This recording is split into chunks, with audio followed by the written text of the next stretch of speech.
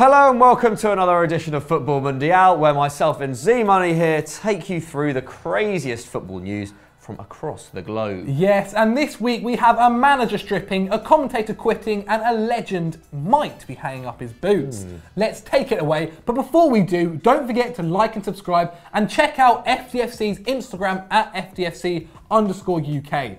Make sure you check it out. Now, let's actually take it away. We begin in Germany, a great country, where one team has gone the extra mile to show solidarity with their fellow sportsmen across the pond. Yes, Hertha Berlin linked arms and took a knee on the field ahead of their weekend clash with Schalke, mimicking the on-pitch protests seen in the NFL over the past month. The gesture was greeted by cheers from the home crowd, and in response to reports suggesting the club were simply carrying out a marketing stunt, sporting director Michael Pretz said, "I've been here for 21 years, and we've always been against discrimination of any kind and against racism. We are an open-minded city, and we stand for diversity." Yes, and that's not surprising given the German capital is known as much for its kebabs and Vietnamese food as it is for bratwurst, cabaret and pounding techno. Former Chelsea striker Solomon Kalou also weighed in, saying that it was the squad's idea to make the gesture. But unfortunately, it didn't help them in the match. Hertha lost 2-0 and they're now just 2 points off the Bundesliga relegation spots. But for being absolute legends, I don't care if we're taking it away from VFN. You, Hertha, are our heroes of the week. We head over to the Spanish capital now, where Cristiano Ronaldo finally opened his La Liga account on the weekend with a late winner against fellow Madrid side Getafe. Yes, that's right. The Real Madrid legend has taken until October the 15th to score his first league goal of the season. The last time he left it this long was when he was playing out on the right for Man United back in 2005. That is a pretty long time ago, I'm sure you'll agree, but to be fair to CR7, this was only his fourth league appearance this term, as Zidane carries on his policy of keeping the forward in condition for the big games, and it seems to be working. Ronaldo has already scored 4 in the Champions League. Yes, and he'll be looking to add to that tally tonight against Spurs. The last time the two sides matched up was in 2011. Ronaldo scored in both legs of the Champions League quarter-final meetings, but can the Portuguese maestro fire Los Blancos to yet another European crown this season? Let us know in the poll above.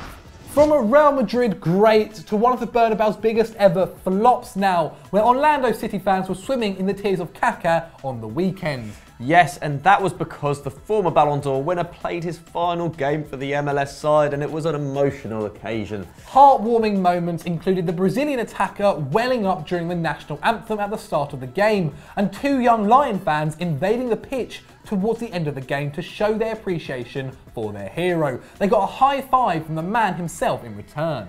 Unfortunately, the game resulted in a loss to Colorado, but more importantly, he is yet to announce if he will be joining another club. We reckon a return to Brazil is on the cards, but where do you reckon he'll end up? India, China, retirement yacht in Ibiza? Let us know in the comments below.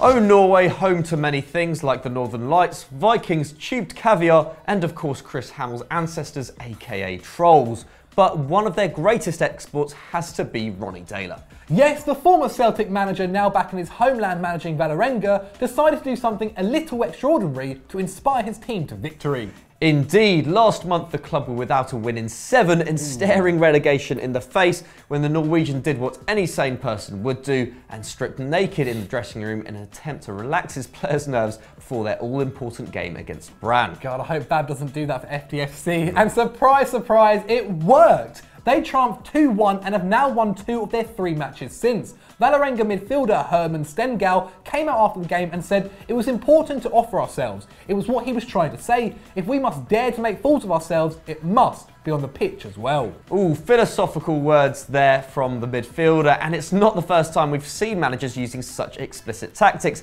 with one example being Louis van Gaal, who allegedly bared his goods at Bayern Munich to prove to his players he had big enough balls to drop them. Disgusting. And this is nothing new to Ronny Deila either. While playing for Strømsgodset back in 2009, he celebrated the club's great escape by stripping on the pitch. He is clearly a confident man. But what is the weirdest managerial tactic you've ever come across?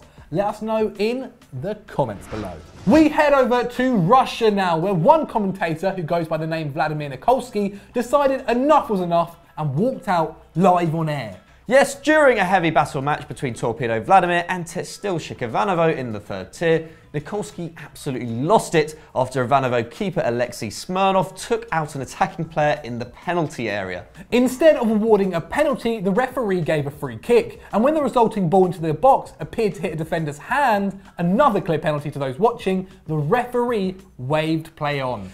Ooh, something stirring up here, isn't there? Yes, this caused the commentators to go on a 2-minute long rant, calling the ref a disgrace to Russian football before telling the viewers to keep watching without him. Go check it out for yourselves right now. Ты что творишь? Это пенальти! Позор, Мирошниченко! Это позор российского футбола! Смотрите футбол без комментатора. До свидания. With that, he left and the broadcast carried on with dead air. Nikolsky, if you can't tell by now, is a fan of Torpedo, and it's fair to say he let his emotions get the better of him. Nevertheless, he has since come out and said he has no regrets, and I, for one, respect that.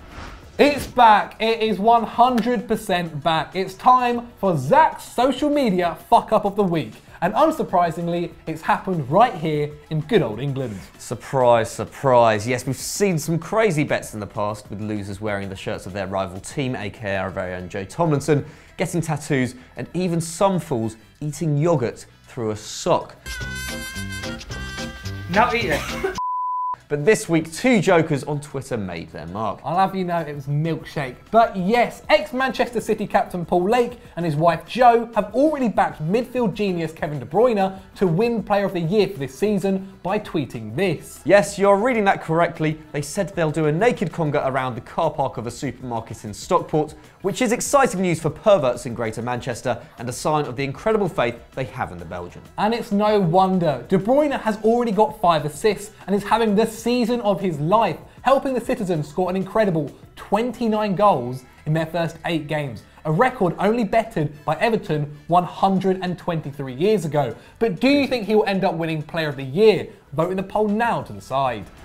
Thanks to @Falzan1's suggestion on Twitter, we head over to Indonesia now, but unfortunately it is for tragic reasons. Yes, football fans across the South Asian country were in mourning after a freak accident sent Persela Lamongan's Hoyrul Huda into a cardiac arrest, which sadly resulted in the goalkeeper's death. Yes, the on-field incident saw Huda slam into teammate Ramon Rodriguez and the defender's knee collided fatally with the veteran stopper's chest. Tributes quickly poured in for Huda, who left behind a wife and 2 kids at just 38 years old. The keeper made over 500 appearances for Persela after making his debut for the club in 1999, earning him the nickname the One Man, One Club, One Love.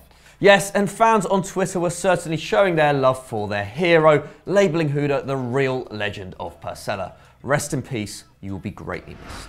So that was Futbol Mundial. As usual guys, what did you think of the stories and have we missed out on any? Let us know in the comments below. But Michael, tell the people what they should go be doing next. Well, they should go to Instagram and follow FDFC, FDS@FDFC_UK. Also a very exciting video coming out on Saturday over on FD, so go and check that out. But even more exciting is that you guys at home will be playing a major part in this club. It's hush hush for now, but keep your eyes peeled. And as always guys, don't forget to like and subscribe. Farmville. Yeah. Do you remember Farmville? Let's not get into Farmville now, I can't.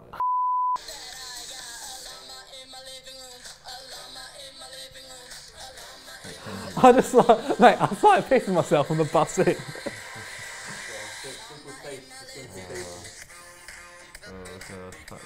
This is why EDM is awful, because it's just like llama in my resume. Oh, lovely shot of James's face, and that's the outtakes.